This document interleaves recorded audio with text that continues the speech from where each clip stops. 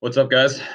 Figured I'd check in real quick before the playoffs officially start. I know there's a Thursday game, but I don't think anybody in the playoffs had anybody playing in that. So if they did, they got like 0 points. I guess Rich all did. I'm not going to do a power rankings. We'll revisit where we left off here. Let's see. We left off with Chris 1, Cody 2, Zach 3, Kern 4, Mitch, Adam, Dylan, Pete, Greg, Max, Nate, Jason. I mean, for fairness,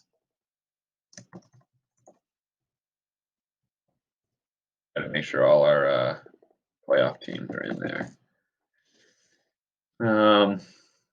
Yeah. Oh, and I guess I knew he was going to come back to kick me in the end, putting Jason last. All right. So that's the final rankings of the year going into playoffs. Not much is going to change. I'm not even going to look at last week, but Dylan belongs in. I belong in last place. So we'll leave it like that. All right. And technically, Adam was just barely out there. So that makes sense with him at 7. All right. Chris sniping that bye week from Cody is a snag too. So I guess Zach could technically jump Cody for that sake. But you know what? We're good. Let's just let the power rankings be. Chris is my official pick for champion of the league. So that's on record. Although Zach's got a strong team too. All right. So let's start with this little Mitch versus Cody matchup. Check it out. How do I check these out? All right. Mitch versus Cody. Let's see what we got. We got a little Tannehill versus Ryan Wilson. Russell Wilson. Ryan Tannehill, Russell Wilson. Russell's got the lead there. Henry's got the lead over Bernard. Fournette actually is a healthy scratch. Will Cody get him out of his lineup in time? It's fucking tough to say. But I guess if we go Cook to Henry, that's kind of a wash. And then Gio to who? Who's going to be our RB2? Sony already played. Balaj is kind of out. Oh, boy. I guess you can move Singletary up and then put Keelan Cole in. Yikes. Cody's in a tough spot, but it's kind of been Cody's MO all season, being strong in a few positions and kind of figuring it out everywhere else. So I'm not going to count the kid out. But losing Fournette, that's tough. You don't really have an RB2 so much anymore. Metcalf versus Hill, kind of a wash. Metcalf's had a great season, but Hill's still a stud. Miami D's good.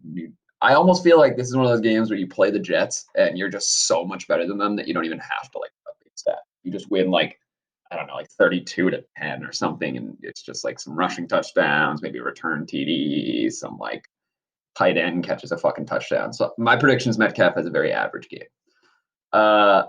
Shark versus Cooper. I'll take Cooper in that lineup. Waller versus Andrews is a great matchup. Waller went off last week, so you have to pick him. Singletary, Gesicki, two tight ends in one lineup. You hate to see it. Mitch kind of loses some depth here at the end. Good thing he didn't play Henderson though. That 0.5 points would have been tough to swallow. You know, both of these teams are a little compromised. DJ Moore having COVID. Both these teams are a little compromised. Thanks. I thought I was gonna lean Mitch when seeing Fournette was out and everything, but I think I'm gonna lean just a little bit Cody. But this is a tough matchup. This is a tough one because it kind of depends how this like shit show at the bottom goes, especially if it's like Keelan Cole and Mike Williams versus Rashard Perry and Mike Gesicki. But picking a playoff team with 2 tight ends is tough, so I'm gonna go with Cody, just by barely a little bit though. All right, Dylan and Curran, a matchup that by record shouldn't be close, but on paper looks tight as all can be. Dylan rolling with Taysom Hill this week, hoping to find some rushing touchdown luck. Watson, that's kind of almost a wash, which is kind of surprising because I would take Watson as a better quarterback, but. Mike Davis versus DeAndre Swift. God, this is like a mystery matchup. Like, who's gonna produce and who's gonna bust? Like, uh, I hope you both bust. I guess. Like, you're not. Oh, I wish I had Marvin Jones on my team last week. I'd been sick. By the way, I think I would have won. No, I wouldn't have because I played Patrick. So I won't be too salty about not having Marvin Jones, but it would have been nice if he didn't have him in his lineup.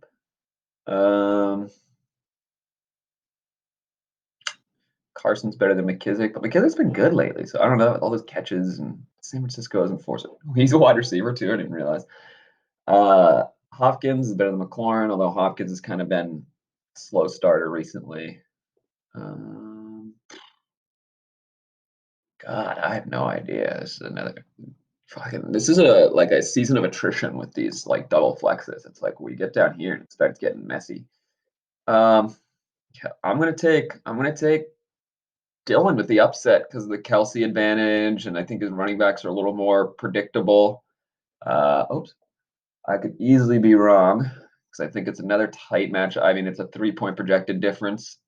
I'm gonna lean Dylan. I'm gonna call the upset. Sorry, Kerr. I think you had a good season, but I think you may have peaked a little early. I think your injuries are catching up to you.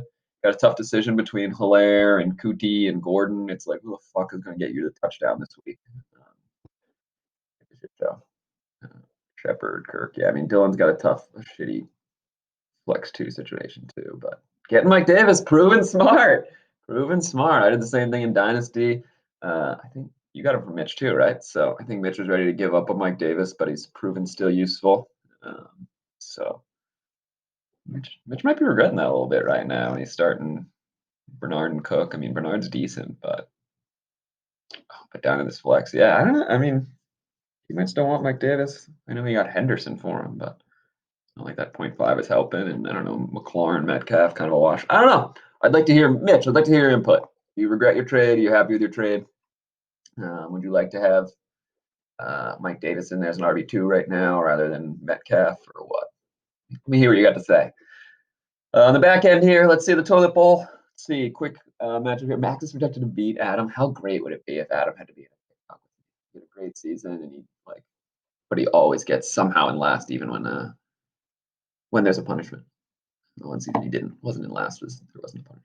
There wasn't a punishment. So, I mean, you know, Miles Gaskin's out, right, Adam? Adam may have committed fantasy suicide and refused to look at this team right now, which would be a win for Max. I wonder if Adam even knows that he's got a TikTok dance on the line. We'll see. Although I'm pretty sure he can beat me next week, but still, the chances. Gaskin and Bills versus Pittsburgh, kind of a questionable choice too. So we'll see if Adam wakes up in the next, hour or so. And then last but not least, but also kind of least, a rematch of last week. Pete took it home last week, the tight game. Ty Johnson's going to help Greg a little bit this week. Davis Murray. Oh man, your team's kind of fell apart. Man, this is like the haves and haves not season. It's like there's just a couple shitty teams and there's a couple really good teams. So I think I'm leaning anti second flex next year. I think I like the trading and flexibility and like craftability of a lineup more with just one flex. Worth discussing. I'm not a strong opinion taker. Let's see if Pete gets Cooks out of his lineup. We got some guys that are giving up on their lineups and there's still shit to play for. Julio out. When you put Lamb in, it's a pretty good sub. Okay, I'll take Pete. I don't know. It just feels right. T. Higgins is playing. Goff had a decent week. I guess not. Better. I guess that's a bad choice when Greg's projected to beat Pete by 1,000,000. Whatever. Taking the upset. Pete's going to get Cooks out of his lineup. He's going to get Lamb in there. He's going to go off. Pete's upsetting. Greg, you'll see Jason next week. All right, boys. So my official response to doing TikToks, I lost by 6.5 points. It's tough. Where did I finish? 4-9. Not a great record, but I feel like I could have done worse. 4-9 is 2 weeks ago I was still in the running for the playoffs. So, yeah, it's tough. It's tough. Finish with second most points against in the league. It looks like second most points against and not the least points for, but not a lot of points for is not a good recipe for victory and not finishing in last place. So I guess you'll see me dancing up a storm. I'm gonna take some time to make sure it's done right. I got some people who are gonna teach me how to do some stuff and make me some good ones with some good effects and stuff. So I'm gonna try to put my all into this, make the most out of a shitty situation. Like I said before, I want to be Adam in the dress, not Dylan in the dress. You don't want to be that fucking half-asser or like Adam in the coconut dress. I'm gonna bitch about it. But give me some time because I can't really see anybody till after Christmas because of quarantine shit. So after Christmas, I'll meet up with some people, learn how to do it. I know you want to make students jokes. If I was in school, I honestly would do one with students, but alas. So yeah, give me some time. Those will be out. I promise I will get those out to you. I'm probably gonna record them over time and then just release them 7 straight days because I'm not recording a TikTok. So yeah, So look forward to that. Follow me on this user right here, Sacco Nate. That's me. And don't forget, I went from first to worst. So you'll see me in my championship belt once you click on my user. Fuck open on it. Oh yeah, here it is. TikTok Nate, Sacco Nate. Go away. There I am with my championship belt. I deserved it, but all good things must come to an end. My great run of playoffs, top 3 finishes had to come to an end. Sleeper jinx. Try to come back stronger next year. I don't want to disappoint my fans. All right, guys. I guess that's it. So good luck to all the playoff teams. Chris is going to win the championship. He deserves it. It's his own league. He needs that money. I can't wait to get my 25 fucking dollars for my week 2 top score. Fucking stupidest rule. And I'll see you guys in the league meeting. Later, boys.